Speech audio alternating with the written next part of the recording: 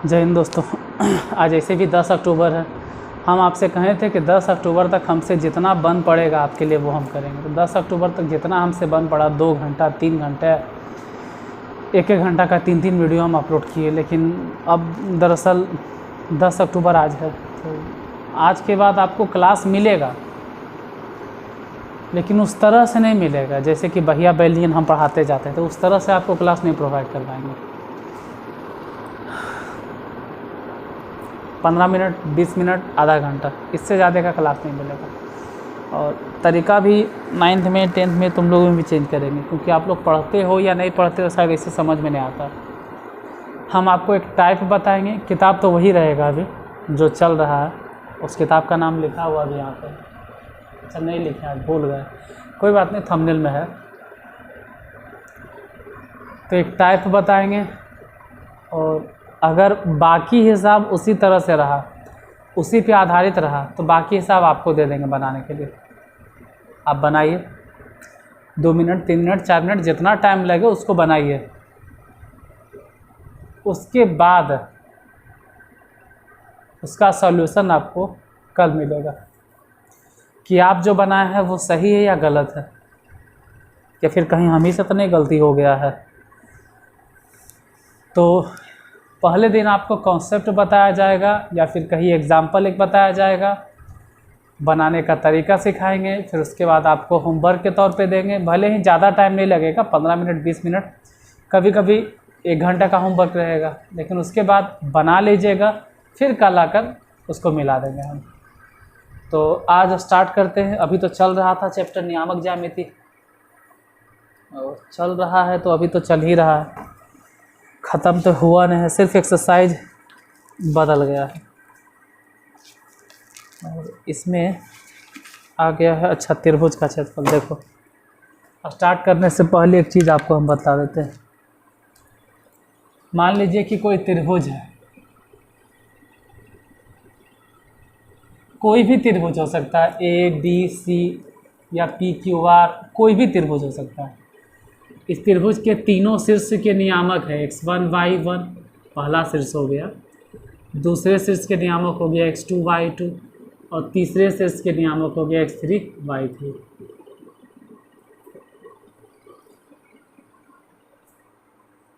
तो इस त्रिभुज का क्षेत्रफल ज्ञात कैसे करेंगे?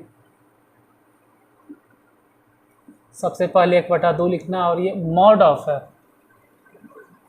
कुछ बच्चे इसको ऐसे करके बड़ी कोष्ठ समझ लेते हैं, जो कि गलत है। इस तरह से नहीं देना, ही बड़ी कोष्ठ नहीं, मॉड ऑफ है। मॉड ऑफ का अपना एक महत्व होता है जो हम आपको बताएंगे। यहाँ x1 लिखना है। अब देखो, थोड़ा ध्यान से समझो, मेन फॉर्मूले समझना है।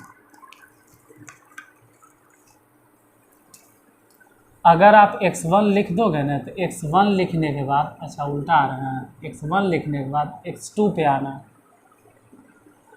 x2 के बाद x3 पे जाना, और x3 के बाद फिर से x1 पे जाना। ऐसे रोटेट होते रहता है, यहाँ से यहाँ, यहाँ से यहाँ, और यहाँ से यहाँ। ऐसों को भी घुमा लो, कोई ज़रूर नहीं, आप उधर से घुमा लीजिए।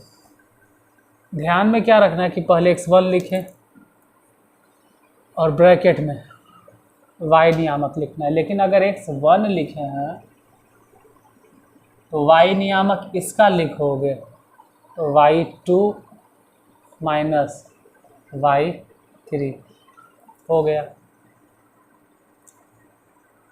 प्लस अब x2 लिखो, x2 मतलब यहाँ से, अगर x2 लिखे हैं तो इनटू y नियामक इसका नहीं, इसके बाद वाला यानी y3, और माइनस y1 लिखेंगे, प्लस अगर x3 लिखे हैं, अगर x3 लिखे हैं तो y नियामक इसका नहीं, इसके बाद वाला यानी y1 माइनस y2 लिखेंगे। और यही है त्रिभुज का क्षेत्रफल। आपको याद भी यही रखना, बस इतना माइंड में एकदम सेट कर लें, त्रिभुज का क्षेत्रफल इतना होता है। हर बार देखो हम फॉर्मूला नहीं लिखेंगे, बिना फॉर्मूले के हम सॉल्व कर देंगे।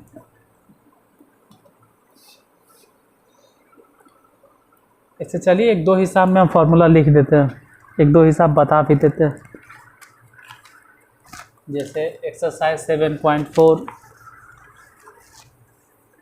क्वेश्चन क्या है वो जरा लिख दे, पहले नंबर क्वेश्चन। अच्छा थोड़ा इधर आ गए तो दिखाई तो देता होगा ना, ज़्यादा इधर लिखने दिखाई नहीं देता। क्वेश्चन नंबर फर्स्ट, त्रिभुज का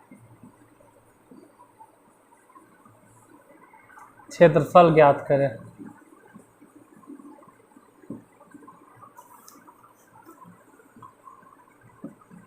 जिसके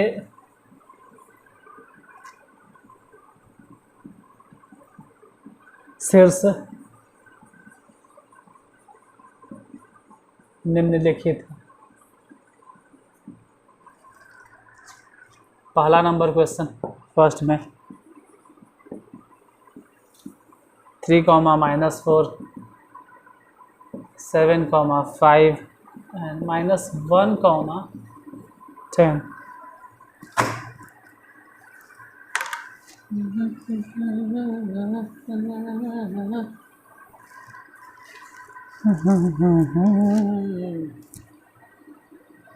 देखिए कि जो फर्स्ट नंबर है ना, इसको आप मान लीजिए, आपके हिसाब से बताते हैं कि थोड़ा सा आसानी होगा। x1 y1, ये जो यहाँ दिखाई दे रहा है इसको मान लो x2 y2, और इसको मान लीजिए x3 y3। थोड़ा सा आसानी होगा बनाने में, बिना मान ले भी आप बना सकते हैं। हम अपने सहूलियत के लिए x1 y1 शुरू वाला को, फिर x2 y2, फिर x3 y3। अब हम त्रिभुज के क्षेत्रफल भी लिख देते हैं। क्यों लिख रहे हैं? देखो 2-3 बार लिखने से फ़ायदा यही होगा कि याद हो जाएगा। पहले 1/2 लिखना, और ये मॉड ऑफ है। मॉड ऑफ का क्या मतलब होता है सर? मॉड ऑफ का मतलब होता है, हिंदी में बोलते हैं मापांक, और मापांक का मतलब होता है माप प्लस अंक, और मापने वाला अंक हमेशा प्लस होता है। किसी भी चीज़ को आप नापते हो, 2 फीट लंबा है, 2 मीटर स्क्वायर इसका क्षेत्रफल है, 2 किलो चावल लाना, किसी भी चीज़ को आप अगर नापते हो या तौलते हो तो वो हमेशा प्लस में होगा। देखो अगर वो चीज़ है ये नहीं है, जैसे कि कोई बच्चा है जो 2 फीट लंबा है, 1 फीट लंबा है, अरे ज़्यादा से ज़्यादा आप यही नहीं बोलोगे कि वो बच्चा 0 फीट लंबा, ये तो नहीं बोलोगे कि -1 फीट लंबा है। बाज़ार से जाओ और चीनी लेके आओ, -1 किलो, माइनस में नहीं बोला जाता है। कोई भी चीज़ अगर हम नापते हैं या तौलते हैं तो हमेशा प्लस में होगा, ये ध्यान रखना है। इसीलिए मॉडुलस लगाया जाता है, क्योंकि अगर इसके अंदर वाला वैल्यू, ये वाला अगर हल करके प्लस आया तो बहुत अच्छा, लेकिन अगर माइनस भी आता है ना तो भी आप उसको प्लस में लिखेंगे, इसीलिए मॉड ऑफ लगाया जाता है। इसको आप कोस्ट वोस्ट नहीं समझेंगे, बस लाइन है, एक लाइन इधर एक लाइन उधर। फॉर्मूला तो चलो फिर से एक बार रिपीट करते हैं। x1 अगर लिखे हैं तो इधर लिखना है y2 माइनस y3, फिर लिखिएगा x1 के बाद x2, अगर x2 लिखेंगे तो बगल में हो जाएगा y3 माइनस y1, फिर लिखेंगे x3, अगर x3 लिखे हैं तो बगल में लिखेंगे y1 माइनस y2। इतना लिखना है। 6 बार 7 बार 8 बार 10 बार अगर फार्मूला लिखते हो तो फार्मूला याद हो जाता है, और कभी कभार तो डायरेक्ट एग्ज़ाम में फार्मूला लिखने के लिए आ जाएगा। और देखो हम आपसे एक टास्क कंप्लीट करने के लिए बोले थे, कहे थे कि क्वेश्चन बैंक से क्वेश्चन छाटिए कि एग्ज़ाम में किस किस तरह का क्वेश्चन आया। तो आप लोगों ने क्वेश्चन तो छाटा होगा, और चाहे तो हम बता भी सकते हैं कि किस टाइप का क्वेश्चन ज़्यादा आता है, ठीक है, किस टाइप के क्वेश्चन ज़्यादा आता है। देखिए पढ़ाना तो है ही है यार।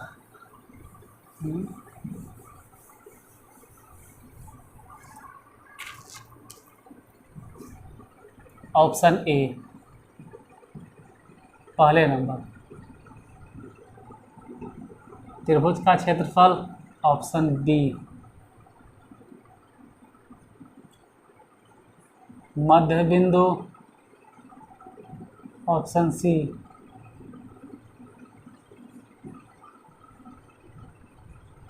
दूरी सूत्र, ऑप्शन डी। और क्या है? संरेख वाला क्वेश्चन, संरेख साबित करें, संरेख वाला साबित करें, या फिर ये भी कहता है कि यदि संरेख है तो k का मान ज्ञात करें।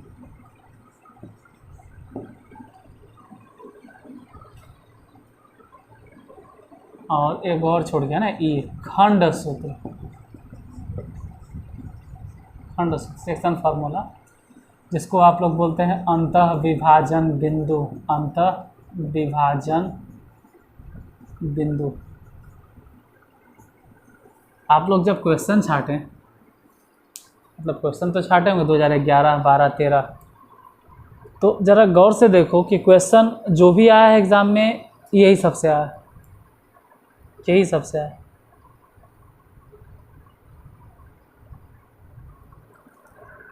अब कम से कम आप सिर्फ हमको इतना बता दीजिए कि इनमें से छोड़ो, ऑप्शन ए। आज के लिए आपका काम ये रह गया कि जरा हमको ये बताए कि त्रिभुज के क्षेत्रफल जो आप छाटे हैं, जो भी छाटे होंगे, पता नहीं क्या छाटे, कहाँ छाटे हैं, गेस्ट पेपर से, क्वेश्चन बैंक से, सब में लिखा रहता है। तो ज़रा देखिए 2011 से लेकर 2023 तक त्रिभुज के क्षेत्रफल पर आधारित प्रश्न कई गो आया है। आज का होमवर्क आपका यही रहा कि आपको सिर्फ यही बतलाना है कि त्रिभुज के क्षेत्रफल पर आधारित प्रश्न, इस पर आधारित प्रश्न कई गो आया है। ज़रा हमको ये लिख कर खाली कमेंट बॉक्स में बताइएगा ये कितना आया है, और कुछ नहीं, बाकी सब चीज़ छोड़ दीजिए। हम आपको दिए यही कि त्रिभुज के क्षेत्रफल पर आधारित प्रश्न 2011 से लेकर 2023 तक अगर आप लोग छाटे होंगे तो कई गो आया है, ज़रा छाट के बताइएगा। चलिए टॉपिक पे आ जाते हैं। फिगर तिगर सब मिटा दी, 1/2। इधर देखिए x1 कितना है, 3। अगर x1 लिखे हैं तो उसके बगल में y2 यानी 5 माइनस, फिर घट जाएगा y3 यानी 10 हो गया। अब x2 लिखना है, मतलब इसको ना x2 माने 7, तो अगर x2 लिखें तो इंटू में लिखेंगे y3 मतलब 10 और घट जाएगा y1 यानी कि -4। तो घटेगा क्या, माइनस माइनस प्लस हो जाएगा। फिर x3 मतलब -1, अगर -1 देखें तो माइनस में, तो माइनस में लिखा गया। x3 लिखें तो फिर रिटर्निंग आ जाएगी y1 यानी -4, और फिर उसमें से घट जाएगा 5। 1/2। जरा इधर देखो तो 3 और 5 में से 10 गया तो -5, और 10 और 4 14, 14 में चलो 7 गुने 14, यहाँ तो -1 है, गुने माइनस में 9। इधर ज़रा ध्यान दीजिएगा, 1/2 ये हो गया -15, ये हो गया 14 7 तो 97, और ये हो गया माइनस माइनस प्लस में 9, यहाँ माइनस वहाँ माइनस प्लस 9, तो 1/2। ज़रा देखो 98 और 9, जाहिर सी बात 98 और 9 107 हो जाएगा, और 107 में 15 घटाना है तो 2, 7 में 5 गया 2 होगा, और फिर 10 में से गया तो 9, 92। इसे इसको काट दो, काट के कितना हो गया 46। यहाँ ज़रा ध्यान देना, ये पूरा हल करने के बाद अगर माइनसों में आ जाएगा ना तो आपको लिखना है प्लस में ही, 46 वर्ग इकाई।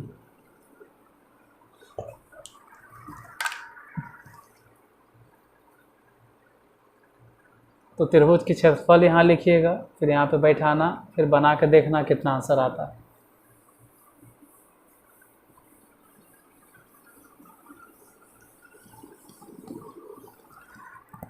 अब ज़रा अगले क्वेश्चन की बात करें। Question number 2, -1.5, and 6, -2, -3, -4। Question number 3 की बात करें, -5, -1, comma 3, -5 and 5, 2। Question number 4, 5, 2, 4, 7, 7, -4। Question number 5, 2, 3, -1, 0, 2, -4। Question number 6, 1, -1 and -4, 6 and -3, -5। Question number 7, -5, 7, -4, -5 and 4, 5। देखो एक क्वेश्चन बता दिए हैं और 6 क्वेश्चन आपके लिए ये होमवर्क में दिया जा रहा है। ये आपके लिए होमवर्क है, ठीक है। ये 6 क्वेश्चन आपको बनाना है। अब ज़्यादा धक्की नहीं करना है। कहे थे कि 10 अक्टूबर तक जितना आप धकियाल बना लिए। ये होमवर्क में क्यों दे रहे? क्योंकि एग्ज़ाम में इसका अच्छा खासा, छोड़ो हम क्या बोले, आप खुद देखिएगा कितना वेटेज है। और एग्ज़ाम में जिसका जितना ज़्यादा वेटेज रहेगा वो हम तो मेहनत करवे करेंगे, साथ साथ आपसे भी मेहनत करवाएंगे। एक काम कीजिए, पहले स्क्रीनशॉट ले लीजिए इसको, ठीक है। स्क्रीनशॉट ले लीजिए। और एक क्वेश्चन और आपको बतला देते हैं, बस एक और, जो मैं दोबारा क्लियर हो जाए। इतना आपको बताना है। एक क्वेश्चन हम आपके लिए और बता दें, एक और देख लीजिए। मान लीजिए हम दे रहे हैं एग्जांपल 3, 4, -4, 3 और 8, 6। ज़रा ध्यान से समझना यार, ठीक है, क्योंकि एक क्वेश्चन बता दे रहे, क्योंकि हो सकता है नहीं बने किसी से। फार्मूला आप सब भूल गए, मत लिखो फार्मूला। अगर नहीं लिख पा रहे तो 1/2 लिखो मॉडल, पहले लिखो 3, ठीक है। और ऐसे ब्रैकेट में क्या लिखे भाई? तो अगर 3 लिखे हो तो इसको छोड़ दो और इसके बाद वाले बिंदु का y नियामक उठाओ 3, और इसमें से घटा दो उसके बाद वाले बिंदु का y नियामक, यानी कि 6। हो गया इसका कहानी पूरा। अब ये वाला लिखो x नियामक -4। अगर ये लिखें तो इसको भूल जाओ, और इसके बाद वाले बिंदु का y नियामक देखो कितना है, 6, और 6 में से घटा दो इसके बाद, तो इसके बाद है ये नहीं, तो पहले आ जाओ 4। इसका कहानी हो गया पूरा। अब यहाँ से लिखो x नियामक, प्लस में है तो +8, 8 अगर लिखें तो इसको छोड़ दो, इसके बाद है ये नहीं है तो कोई बात नहीं, यहाँ आ जाओ 4, और 4 में से घटा दो ये वाला 3। देखो 1/2, यहाँ 3 में से 6 गया तो माइनस में 3,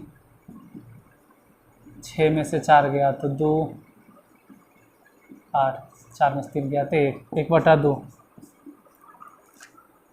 3 थिया -9, माइनस में 4 दूनी 8, और प्लस में 8। एक चीज़ तो फिक्स है कि +8 -8 कट गया, बचा कुछ -9, लेकिन आंसर लिखोगे प्लस में 9/2 वर्ग इकाई। देखो हम आपको 2 क्वेश्चन बताएं, अच्छे क्वेश्चन आपके लिए होमवर्क दिए, तो इसी तरह से बनाइए। इस तरह से आपको भी प्रैक्टिस हो जाएगा। वो जो देख देख के आप लोग छापते हैं वो भी कहानी कर लेना, लेकिन एक बार पहले से ज़रा ट्राई करो। क्यों? जो भी क्वेश्चन एग्ज़ाम में आने के चांसेस है, जो एग्ज़ाम में आ सकता है, वो क्वेश्चन आपको दिया जाएगा, वो आप बनाइए। अगर नहीं बनता है तो फिर कल तो हम इसका सॉल्यूशन बतेबे करेंगे, कल ही हम पूरा क्वेश्चन सॉल्व करेंगे, तो वहाँ मिला लीजिएगा, क्या दिक्कत है, कल मिला लेना। लेकिन आज एक बार खुद से प्रयास करो, क्योंकि जो जो क्वेश्चन एग्ज़ाम में आएगा अब ऐसे ही हम बतलाने वाले, 1-2 को बताएंगे, बाकी आपको टास्क के तौर पे दिया जाएगा, होमवर्क के तौर पे आप उसको कंप्लीट कीजिए। अगर बनता है तो बहुत अच्छा, आप कल मिला लीजिए, और अगर बाय द वे नहीं बनता है तो कल उसको मिलाना क्या है, आप उतार लीजिएगा। तो आज इतनी देर तक क्लास को देखे इसके लिए बहुत बहुत धन्यवाद। फिर मिलते हैं कल, आज के लिए यहीं तक, गुड बाय।